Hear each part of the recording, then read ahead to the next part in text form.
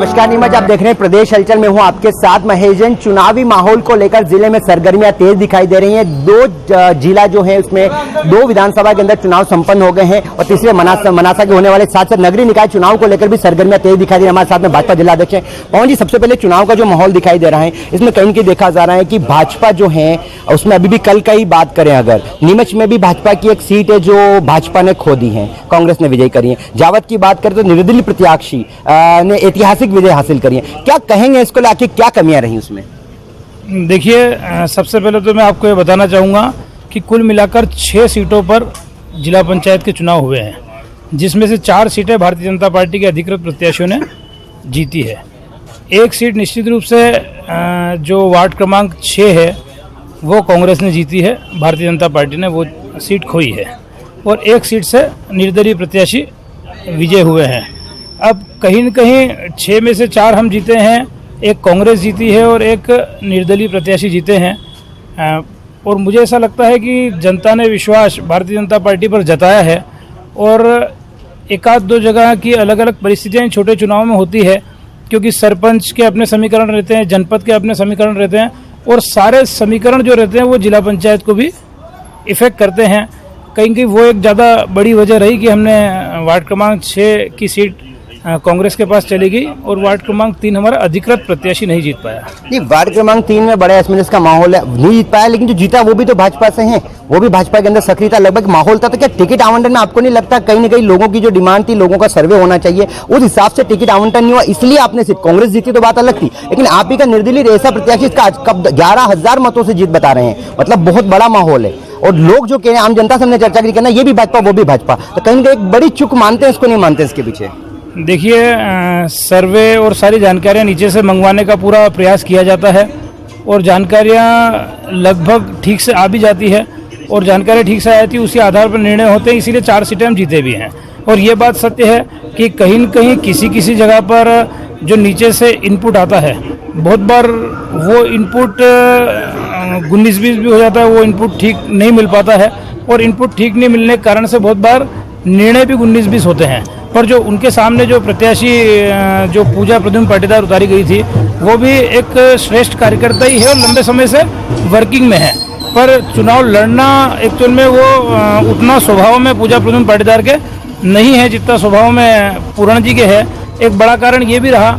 और दूसरा जो मैंने आपको बताया कि ये जो सारे चुनाव हैं ये एक दूसरे को इफेक्ट करते हैं। पंचायत चुनाव जनपद को इफेक्ट करते हैं, जनपद चुनाव पंचायत पे प्रभाव डालते हैं। ये सारा कारण भी रहा है और कहीं न कहीं बहुत बार टिकट आवंटन में 19-20 निर्णय लेते समय या जानकारियों के इनपुट आते समय भी कुछ त्रुटियां रह जाती है। पर इन सारी बातों पर विचार हम लोग जब बैठ के बात करेंगे तभी उसका सही निष्कर्ष निकल पाएगा। तीखा और सच सवाल है, पहले चुनाव बागी लड़ने वाले को पार्टी निष्कासन करेगी, क्या पूरण जी को पार्टी वापस लेगी या क्या रहेगा आगामी?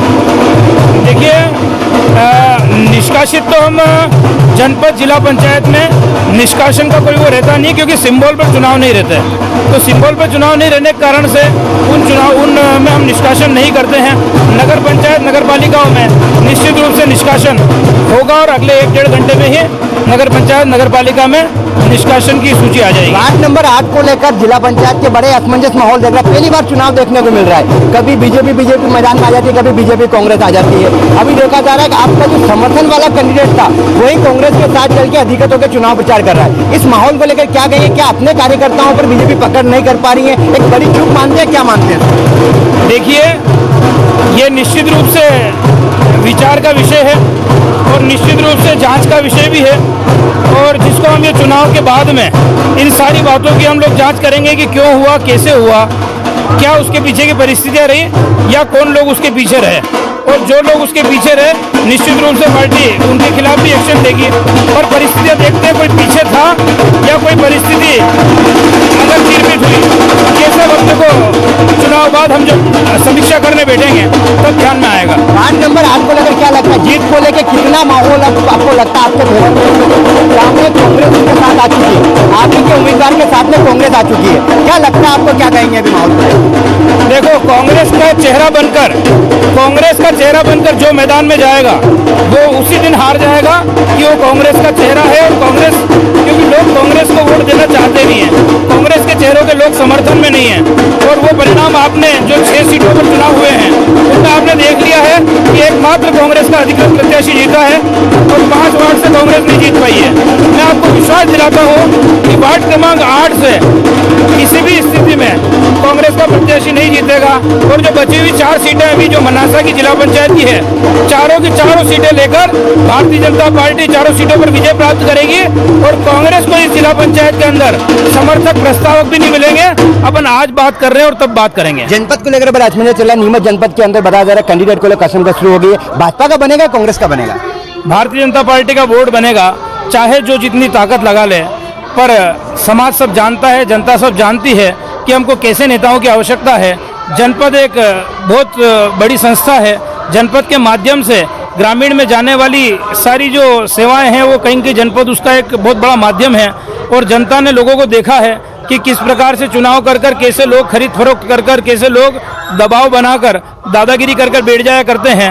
अब ये सारी जनता इन दादा किस्म के लोगों के खिलाफ और जनता जो इस प्रकार के जो माफिया लोग हैं उनके खिलाफ जनता भी मन बना चुकी है कि अब किसी भी स्थिति में बोर्ड भारतीय जनता पार्टी का बनेगा और शुद्ध रूप से भारतीय जनता पार्टी का बनेगा। और जनपद सदस्य भी ये मानसिकता बना चुके हैं क्योंकि लंबे समय से जनपद के सदस्य बहुत बार आते हैं और बहुत बार बरगलाने में आ जाते हैं। पर अब ये जनपद का सदस्य समझ रहा है कि मुझे अगर समाज के बीच में, जनता के बीच में बने रहना है तो मुझे काम कर कर देना पड़ेगा।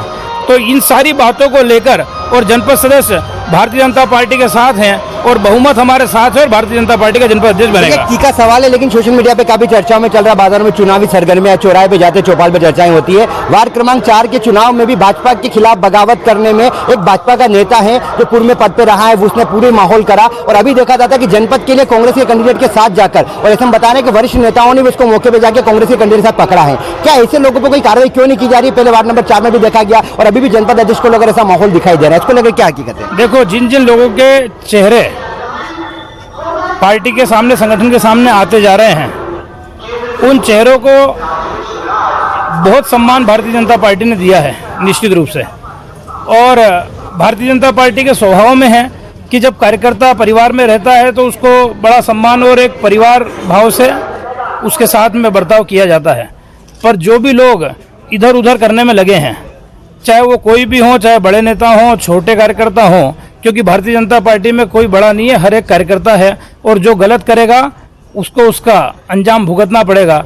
और जो भी लोग इन सब चीज़ों में पर्दे के पीछे से या आगे से लगे हैं, उन सबको आने वाले समय में परिणामों का भुगतना पड़ेगा और उसके लिए पार्टी अनुशासनहीनता बर्दाश्त नहीं करेगी। वो आने वाले समय में समझ जाएंगे कि इतना मान सम्मान जो पार्टी ने दिया, उसके साथ अगर विश्वासघात किसी प्रकार का उनने किया है तो सारी बातें पार्टी और संगठन के सामने है। नीमच में कैंडिडेट के आवंटन को लेकर काफी चर्चाएं चल रही है कि बोले कि भाजपा 50-50 पे अटकी हुई है, कोई क्या बता रहा है माहौल, आपको क्या लगता है और कहां तक कॉन्फिडेंस में आप?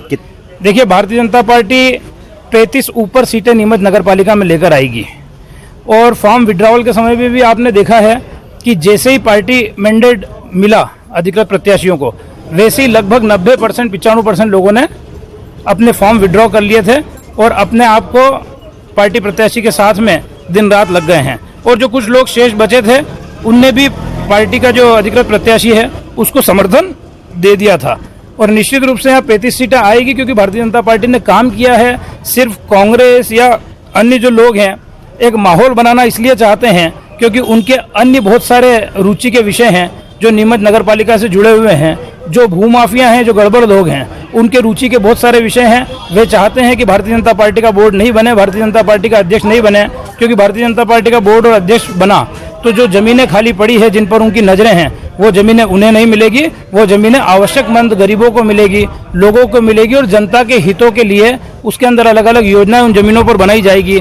इसलिए सारे प्रयास चर्चाओं के, माहौल बनाने के, अलग अलग प्रकार का वातावरण खराब करने के उन्हीं सभी गड़बड़ लोगों के द्वारा। भूमाफिया वाला सवाल करा, ये तो बीजेपी भी आरोप प्रत्यारोप लगे, बीजेपी कुछ कैंडिडेट है वो भी अगर अध्यक्ष बन गए तो बोला भूमाफिया नीमच का बेच खाएंगे, ऐसे आरोप लग रहे हैं। तो क्या लगता है बीजेपी में ऐसे उम्मीदवार है क्या भूमाफिया? देखिए, भारतीय जनता पार्टी का जहां जहां जो बोर्ड रहा, मैं इस बात को चुनौती के साथ कह सकता हूं कि ऐसा कोई भी एक जनप्रतिनिधि बता दें जो जनप्रतिनिधि शुद्ध रूप से गलत कामों में या गलत कामों की दिशा में या गलत कामों को समर्थन करता हुआ मिला हो। क्योंकि भारतीय जनता पार्टी सुचिता की राजनीति करती है और जो कार्यकर्ता निर्माण होता है, जो कार्यकर्ता जनप्रतिनिधि की भूमिका में जाता है, उस कार्यकर्ता को समाज की चिंता अधिक रहती है। चाहे हमारा नगर पालिका में बोर्ड रहा हो, कोई एक मामला ऐसा नगर पालिका का बोर्ड रहते टाइम नहीं हुआ कि जिसमें हमारे नगर पालिका के बोर्ड ने ऐसे किसी भी काम का समर्थन किया हो, बल्कि हर ऐसे काम को रोकने में दम से हमारा नगर पालिका का पिछला बोर्ड भी आगे रहा।